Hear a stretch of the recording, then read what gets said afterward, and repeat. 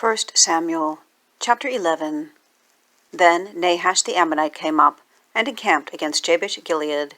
And all the men of Jabesh said unto Nahash, Make a covenant with us, and we will serve thee.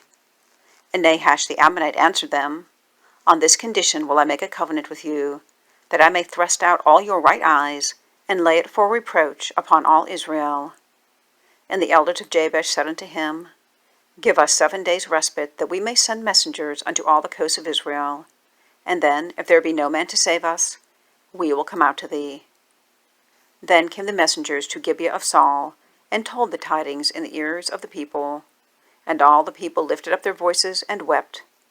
And behold, Saul came after the herd out of the field. And Saul said, What aileth the people that they weep? And they told him the tidings of the men of Jabesh. And the Spirit of God came upon Saul when he heard those tidings, and his anger was kindled greatly. And he took a yoke of oxen, and hewed them in pieces, and sent them throughout all the coasts of Israel by the hands of the messengers, saying, Whosoever cometh not forth after Saul and after Samuel, so shall it be done unto his oxen. And the fear of the Lord fell on the people, and they came out with one consent. And when he numbered them in Bezek, the children of Israel were 300,000, and the men of Judah 30,000. And they said unto the messengers that came, Thus shall ye say unto the men of Jabeshgilead, Tomorrow by that time the sun be hot, ye shall have help. And the messengers came and showed it to the men of Jabesh, and they were glad. Therefore the men of Jabesh said, Tomorrow we will come out unto you, and ye shall do with us all that seemeth good unto you.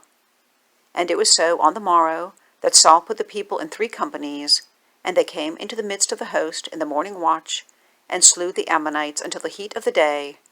And it came to pass that they which remained were scattered, so that 2 of them were not left together. And the people said unto Samuel, Who is he that said, Shall Saul reign over us? Bring the men, that we may put them to death.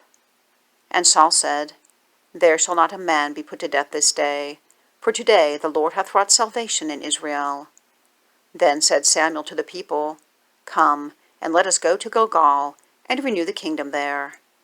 And all the people went to Gilgal, and there they made Saul king before the Lord in Gilgal, and there they sacrificed sacrifices of peace offerings before the Lord. And there Saul and all the men of Israel rejoiced greatly.